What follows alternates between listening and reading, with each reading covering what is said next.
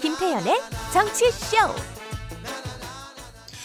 일단 김한 기자, 요 아침에 있었던 거거든요. 네네. 오늘 아침 속보는 9시 한 3분쯤에 올라왔어요. 네, 일보가. 출근길에 얘기를 한 것 같더라고요. 예, 네. 출근길에 최재형 감사원장이 사퇴했다. 그런데 하나 의문. 네. 왜 오늘일까요? 1번 네. 객관식. 오늘이 월요일이니까. 네. 2번 내일 윤석열 전 총장이 뭐 내일 대선 출정식 같은 거 하니까. 정치 출마 선언을 하는 거죠. 정치 선언을 하니까. 네. 뭘까요, 답이? 3번 다른 거. 네. 저는 이제 윤석열 총장의 그 기자회견을 염두에 뒀다고 봅니다. 뭐 굳이 오늘일 이유가 사실 없거든요. 근데 네. 어쨌든 이번 주에 윤석열 전 총장이 정치에 이제 등장하고 본인을 통해서, 그리고 이제 뭐 그 이재명 경기도지사도 아마 출마 선언을 2일 날 할 것으로 지금 보이는데, 요 이제 기간에 어쨌든 최재형 감사원장이 나도 있다 이렇게 이제 지금 등장한 게 아닌가. 뭐 썰들은 여러 가지가 있었는데 어쨌든 오늘 던짐으로써 굉장히 여론의 주목도 높은 날이거든요. 예, 높은 날 어쨌든 사의를 표명하는 걸로. 근데 지금 보니까요. 네. 감사원장 오늘 전 감사원장이네요. 네. 전 감사원장 그래야 되나? 대통령이 수용을 수용을 해야지. 하니까. 네. 네.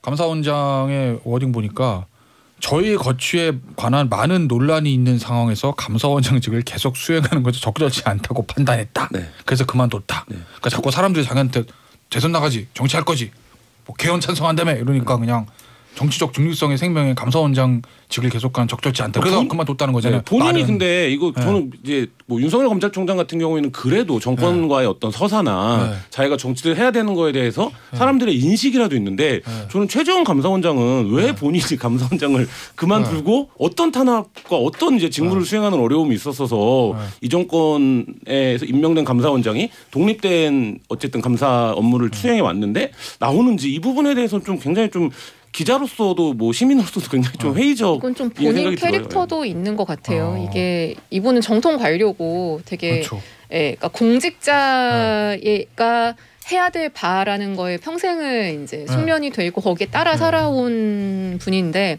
지금 뭐 이미 여론조사 기관에서 최재형 감사원장을 넣어서 돌리고 뭐 6위가 나왔네 이러는 상황에서는 본인 캐릭터 상으로도 내가 이제 뭘 한다고 하더라도 감사원이 내는 감사 결과를 사람들이 공정하고 독립적이고 객관적인 걸로 받아들이지 못할 수 있을 것 같다는 생각도 본인은 했을 것 같아요. 캐릭터상. 여러 환경도 있지만. 그래서 일단 그만두는 것까지 좋은데, 그러면 요거 마지막에 네. 우리 대한민국의 앞날을 위해 제가 어떤 역할을 해야 되는지에 숙고하는 시간을 가지려고 합니다. 그럼 결국 이제 그만뒀으니까 변호사 해야 되나, 아니면 어디 교수로 가야 되나, 그러니까 정치에 대한 이거잖아요. 네, 그러니까 정치할 거로 보시는 거죠. 뭐 하려고 나오는 거죠. 근데 이분도 이제 차차라는 표현을 썼는데 6개월 전에 윤석열 총장이 윤차차라고 불렸었잖아요. 그러니까 뭐 물어보면 차차 말씀드릴 기회가 있을 거다. 근데 이분이 지금 그 6개월 전 시간으로 돌아간 거죠. 이제 나와서 감사원장을 이 정부에서 임명한 감사원장을 하다가 갑자기 야권 대선 후보의 경선에 뛰어드는 것도 사실 이상하잖아요. 상식적이지 않고. 그러면 이제 어쨌든 중간에 시간을 원턴 원치 않던 숙고의 시간을 보낼 수밖에 없어요. 그 기간 중에 필요가 돼야 되는데, 이제 한 가지 차이점은 최재형 윤석열 총장 같은 경우에는 본인의 인지도나 본인의 인기가 어쨌든 있었기 때문에 이 차차의 시간들을 버틸 수 있었는데, 최재형 원장 같은 경우에는 뭘 하지 않으면 사실 이제 지금 야권의 후보들 사이에서 뭐 더 뚜렷한 경쟁력이 있다 이렇게 하는 인지도는 아니거든요. 그렇기 때문에 본인이 길게 숙고를 가지기는 앞으로 대선까지 시간표도 그렇고라고 하는데, 과연 이제 그게 말씀하신 대로 준비가 되어 있느냐, 이거는 또 다른 문제가 될 것 같습니다. 그러면 우리 정치부 기자가 보시기에 최재형 감사원장이 대선 출마한다고 하면 뭔가 명분이 있어야 되잖아요. 그렇죠. 뭐를 가지고 하겠다. 뭘 얘기할 것 같아요? 그거를 지금 여의도에 있는 많은 사람들도 모르겠다는 거예요. 그러니까 예를 들면 윤석열의 명분 같은 건 뭐 본인이 내일 얘기하겠지만 어쨌든 이제 사람들도 인식되는 무언가가 있는데, 최재형 감사원장은 그럼 뭐를 명분으로 이 정부에서 임명된 문재인 정부의 감사원장이었다가 예를 들면 국민의힘 만약에 나온다고 하면 국민의힘 대선 후보가 되려고 하느냐, 이 부분에서 이거를 연결지을 명분 같은 것들이 굉장히 약하다는 거죠. 근데 만약에 그게 뭐 탈원전 감사 뭐 이런 것들에 대해서 정부 쪽에서 석연치 않게 했다 뭐 이런 거를 들고 나오려면, 그거는 윤석열 총장은 징계까지 받고 그렇게 했는데 그거에 비해서 강한 명분이라고 볼 수 없고, 역대 감사원 들의 업무 중에 뭐 그 정도도 사실 이제 정부랑 말하자면 이제 뭐 갈등 뭐 충돌이 했던 적이 없었기 때문에 다 이제 사실 그 부분에서 조금 의문점이 있는 거죠. 개헌 일각에서는 뭐 개헌 얘기한다는 얘기, 관측도 있던데. 그러니까 이제 그게 이제 김종인 전 비대위원장을 비롯해서 정치권에서 이제 말하자면 수가 많다라고 하는 분들이 지금 2년 오래 하신 분들, 오래 하신 분들이 하는데 저는 소설 같은 얘기라고 봅니다. 그러니까 한국처럼 대통령에게 권력이 집중된 체제에서 예를 들면 최재형 감사원장이 내 개헌론자다. 그래서 2년 후에 내가 그 개헌하겠다. 그러면 장담하건대 그 야권 후보가 못 됩니다. 아 오히려. 예. 근데 지금 개헌 주장하신 분들이 뭐 정의화 전 국회의장도 저 누구지 최재형 감사원장 지지하는데 개헌, 김종인 전 비대위원장도 개헌 뭐 이런 거죠. 대선은 이제 약간 미래투표, 비전투표 형식이기 때문에 개헌론 같은 거를 얘기할 수 있죠. 개헌론 같은 걸 얘기할 수 있는데 그게 이제 시대정신과 맞아떨어져야 되는데 근데 지금 국민들이 생각할 때 권력구조를 개편하는 게 가장 시급한 우리의 미래 과제냐 이 부분에 대한 동의가 있어야 되는데 사실 이제 그게 동의를 구할 뭐 그 정치적 동의는 언제나 뭐 전격적인 것이긴 할 텐데 사실 그게 현실적으로 가능할까 뭐 이런 생각은 좀 있습니다. 근데 사람들이 지금 좀 시간이 지나서 잊어버렸지만 원전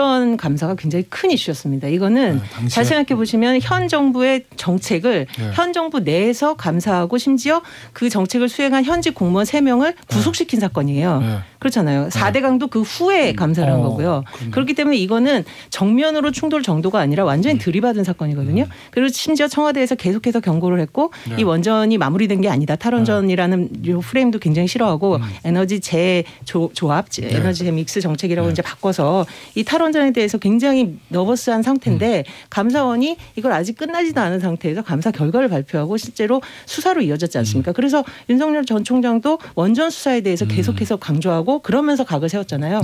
그래서 저는 이분이 지금 나중에 출사표를 던질 때 어떤 명분을 내걸지는 모르겠으나 그 대한민국을 위해서 역할을 하겠다는 생각을 한 발단은 반드시 이 원전 관련한 것이 있다고 봅니다. 일단 야권에서 지금 야권이라고 봐야 되겠죠. 최재형 감사원장이 이제 출마 선언을 한 거나 마찬가지 일단은 그렇게 보고 내일 윤석열 전 총장 드디어 이제 정치 이거 뭐라고 출마 선언은 그래야 돼. 정치 참여 선언 그래야 돼요. 뭔가 하잖아요. 정치 선언을 하고 정치 선언. 대권 출마를 안 하진 않을 거잖아요.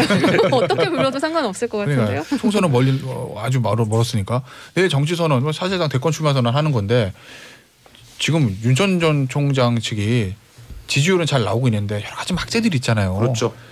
제일 시급한 게 뭐라고 생각하세요? 저는 일단 윤석열 총장이 정치를 선언을 하고 내가 이런 사람들과 함께한다. 내가 이런 비전을 갖고 있다. 이게 여전히 없다라는 거. 그 콘텐츠 자체가 여전히는 뭐 내일 이제 나오겠지만 예를 들면 안철수 그 대표가 처음 정치에 등장할 때 그냥 안철수 새정치였었거든요. 근데 이제 그런 정도의 비전은 있어야 이제 윤석열 총장이 자기의 이제 어쨌든 정치인으로서의 자리매김 가능할 텐데 일단 이제 그 부분이 없고 내일 뭐 그건 봐야겠지만 또 한 가지는 지금 이제 엑스파일 문제도 그렇지만 이게 여권에서 윤석열 총장을 공격하고 있는 상황이 아니거든요. 그러니까 야권 내에서 이 만만치 않습니다. 윤석열 총장이 디뎌가야 되는 길들이 그러니까 예를 들면 홍준표 대표라든지 아니면 유승민 의원이라든지 뭐 여러 가지 이제 자기가 경합해야 되는 상대들이 야권 내에서 아마 한 3개월 정도는 굉장히 큰 이제 얘기들이 오갈 텐데 당장 내일 홍준표 의원이 뭐 미래 비전 선포식인가 뭐 그거 하잖아요. 그러니까 홍준표 의원도 복당을 했고 이미 뭐 이런 상황이기 때문에 그러니까 지금까지는 문재인 정부 혹은 권력을 가진 사람이 윤석열을 공격한다 이 프레임으로 이제 방어가 가능했는데 정치인 윤석열이 돼서 만약에 뭐 그 김재원 의원도 그런 표현을 썼지만 아군에서 계속적으로 윤석열을 공격했을 때 윤석열에 대한 지지가 강고해 보이지만 사실 반사체로서의 성격이 짙거든요. 그러니까 문재인 정부에 반대하는 사람들이 집결해 있는 거기 때문에 근데 윤석열로는 안 되겠다라고 하는 순간 급격하게 좀 빠질 수도 있는 지지율의 어떤 구조여서 이제 그 부분을 윤석열 총장이 또 견딜 수 있느냐 이것도 또 포인트입니다. 이게 닭이 먼저냐 달걀이 먼저냐의 문제일 것 같은데 지금 보수 진영과 일부 중도 진영은 솔직히 흥묘 백묘론이잖아요. 그런 측면이 있죠. 이기는 편 우리 편인 거잖아요. 최재형이든 윤석열이든 누구든 상관없어. 정권 교체할 수 있으면 우린 그 사람을 밀 거야라는 거잖아요. 근데 김한 기자 얘기한 대로 이제 앞으로 험난한 가시밭길이 기다리고는 있지만 그럼에도 불구하고 윤 전 총장이 일정 수준 이상의 지지율을 유지하고 대안이 좀 없어 보인다라고 생각이 들면 오히려 반대로 정리가 될 수도 있죠. 왜냐하면 계속 윤 총장을 공격하는 게 오히려 집권 교체란 정권 교체라는 대의에 좀 반한다라는 생각이 드는 시점도 올 수 있다고 봅니다. 예. 그러니까 윤석열 총장 입장에서는 정치 선언을 하고 여러 가지 공격을 받으면서 지지율이 빠지는 국면이 올 수 있거든요. 근데 이게 이제 정당의 뿌리가 깊은 정치인 같으면 버틸 수 있어요. 예를 들면 흔히 얘기하기로 대선 지지율이 10%만 넘으면 버틸 수 있다 그러거든요. 근데 이제 윤석열 총장이 뭐 그렇게까지 빠지진 않을 것 같은데 저도 근데 어느 순간이 오면 당내에서는 당연히 대안론이 나옵니다. 그러니까 예를 들면 윤석열로는 안 되는 거 아니냐. 근데 이제 이거를 견디는 맷집이 사실 정치력이거든요. 근데 이제 그게 가능할 거냐 이게 지금 시험대에 있는 거죠. 지금도 지난주부터 한 5% 이상 빠지는 흐름인데 그러니까 당장 이제 말하자면 최재형 감사원장 뭐 이런 이제 얘기들이 많아지잖아요. 언급이. 근데 지금까지는 원핀을 받는 후보였는데 그렇지 않을 때도 버틸 수 있느냐 이런 게 이제 좀 지켜봐야 되는 대목이죠. 근데 어쨌든 야권은 굉장히 다이나믹하게 펼쳐질 건 맞는 거잖아요. 그렇죠. 예. 누가 최종 승산 누구지 모르지만 근데 여당 지금 누구죠? 이재명 전 지사. 죄송합니다. 이재명 지사. 네. 이제 아니 왜냐면 이제 대선 후보 되시면 뭐 사퇴할 수도 있으니까 그냥 이재명 지사. 이번 주에 출마 선언하는 거죠. 네, 일단 뭐 룰의 전쟁에서 이재명 지사 측이 승리를 거뒀고 원칙을 지켜서 180일 전에 이제 하기로 했고 1일이나 2일 출마 선언을 할 것으로 보이는데. 네, 제가 궁금한 거. 그럼 이재명 지사가 지금 제일 앞서 나가는 거잖아요. 그렇죠. 그냥 대세론으로 그냥 싹 가가지고 후보 딱 차고 진짜 이재명 전 지사, 이재명 후보가 돼요? 아니면은 야권처럼 시계 재료의 상황이 펼쳐질 수 있어요? 저는 이재명 지사는 지난 5년 동안 좀 뭐 다져진 지지율이기 때문에 민주당 내에서는 다른 후보들이 어떻게 움직이느냐에 좀 변수가 남아 있긴 하지만 결국 이재명 대 누군가의 구도로 갈 거기 때문에 결국 이제 최종적으로는 이재명 지사가 되는 게 지금 그림이라고 보는데 민주당 내에서는 그러니까 워낙 지지율 격차가 커졌기 때문에 뭐 하는데 그 과정도 사실 만만치 않습니다. 그러니까 예를 들면 경선이라는 게 언제나 예측을 넘어서는 변수나 드라마가 있기 때문에 사실 이제 뭐 좀 지켜봐야 되는 부분이 벌써 오늘 뭐 정세균 이강재 단일화 얘기가 나왔는데 그러면 이제 이런 식으로 이제 후보들이 추려져서 결국엔 이재명에 맞서는 반 이재명 후보로 누구가 정리가 되면 그때부터는 조직력 싸움이 될 수 있기 때문에 그것도 좀 지켜봐야 되는 대목입니다. 알겠습니다. 오늘 뉴스삭스의 마지막 아이템으로 경제 소식 하나 볼 건데 직장인들 대기업의 밥 얘기입니다.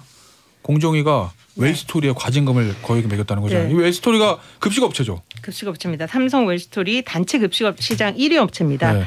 2등부터 12등까지 11개 다 합친 것보다 매출액이 많습니다. 그 정도 차이나요? 그렇죠. 그만큼 독보적인 1등인데 이제 삼성이 잘해서라 아니라 그룹이 부당하게 전폭적으로 지원했다는 게 이제 공정위가 판단한 겁니다. 삼성 계열사 다 들어갔군요. 웰스토리가. 그렇죠. 삼성전자, 디스플레이, 전기, SDI, 구내식당 사업 100%를 웰스토리의 수익액으로 몰아줬다. 그리고 계약 조건도 파격적이었다. 뭐 마진도 보장해주고 물가 오른 만큼 단가도 꼬박꼬박 올려줬다. 뭐 이런 주장입니다. 그런데 이 또 웰스토리가 어떤 일을 했냐면 다른 외부 사업을 수주할 때는 아예 거의 돈 안 벌겠다는 조건을 내걸어요. 그러니까 뭐냐면 여기서 안정적으로 수익을 올릴 수 있기 때문에 거의 뭐 마진율 0%니까 다른 중소기업은 될 수가 없는 거예요. 그래서 결국은 시장점이 이렇게 높아질 그렇죠. 왜냐하면 웰스토리 입장에서는 삼성 몰아주기, 일가 몰아주기 의혹의 중심에 서면 안 되기 때문에 전체 파이에서 삼성 계열사 지분을 계속 낮춰야 되니까 다른 외주를 계속 계약을 따내야 되거든요. 그러니까 여기서는 거의 뭐 나 마이너스 벌어도 돼 이 정도라고 한다면은 그쪽 입장에서는 웰스토리가 해주겠다는데 그러니까 요래서 다른 업체 생태계를 파괴했다. 이게 이제 공정위의 주장입니다. 그래서 공정위가 2,349억 원 그러니까 부당행위로는 최고액을 때렸습니다. 근데 이거 보니까 이게 단순히 뭐 그냥 보면은 일감 몰아주기 뭐 많이 나오잖아요. 근데 웰스토리가 워낙 규모가 크니까 과징금 많이 나왔다 끝 이게 아니라 그게 아니었죠. 거기 보니까 뭐 미전실 얘기도 나오고 그렇죠. 왜 또 갑자기 삼성 나오면 또 경영권 승계 나오고 왜 갑자기 등장하냐 간단히 말씀드리겠습니다. 이 삼성 웰스토리는 원래는 에버랜드의 사업부였어요. 근데 이게 나중에 독립해서 에버랜드와 이제 제일모직이 되고 제일모직의 한 저기가 되고 그 제일모직이 이제 너무나 유명한 이제 삼성물산이 되죠. 물산하고 합병을 하죠. 그래서 삼성물산하고 합병할 당시에 그 삼성전자 이재용 부회장은 삼성전자의 지분이 0.7%밖에 없는데 삼성그룹을 지배할 수 있게 된 것이 바로 삼성물산을 제일모직과 합병해서 물산을 통해서 생명을 지배하고 생명을 통해서 전자 이거잖아요. 그때 이 합병 비율을 이재용 부회장한테 유리하게 했다는 게 바로 이 발단입니다. 그 유리하게 한 조건에 국민연금이 동의표를 던졌다는 게 시작이잖아요. 그래서 결국은 이 삼성 웰스토리의 매출을 몰아준 거는 이 제일모직 즉 이재용 지분이 많은 제일모직 회사를 부당으로 지원했다라는 결과 결과를 낳게 되고요. 네.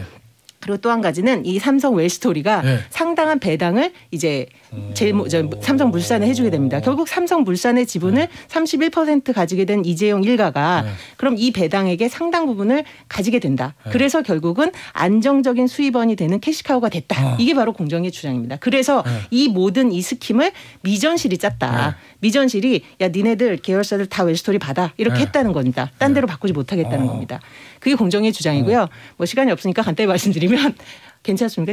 괜찮아요. 네. 근데 삼성은 뭐 방방 뜨죠. 삼성은 아니다. 예, 이 스킴 자체가 잘못됐다. 왜 지금 그 사원들 복지 후생, 복리 후생에다가 왜 그 또 그 경영권 승계를 갖다 넣느냐. 매출이 뭐 엄청나게 많은 기업인데 그 고급식업체 하나 가지고 우리가 캐시카우 노릇을 하겠느냐. 이 가정 자체가 틀렸다는 게 이제 삼성의 주장이고요.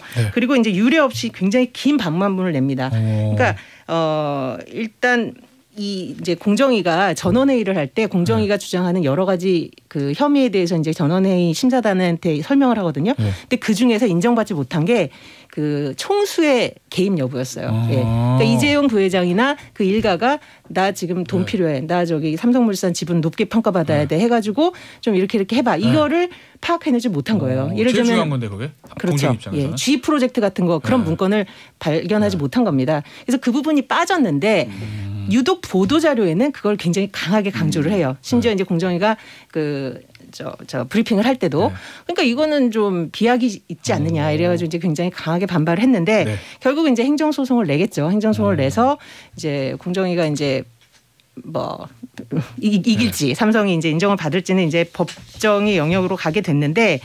어쨌든 결국은 삼성은 지금 어떤 계열사의 그런 일에도 이 부당 승계가 계속해서 들어가고 있는 그런 상황입니다. 깔때기처럼 기승전 G 프로젝트로 모여지는 맞습니다. 이 상황입니다. 방금 전에 청취자 문자가 들어왔는데요.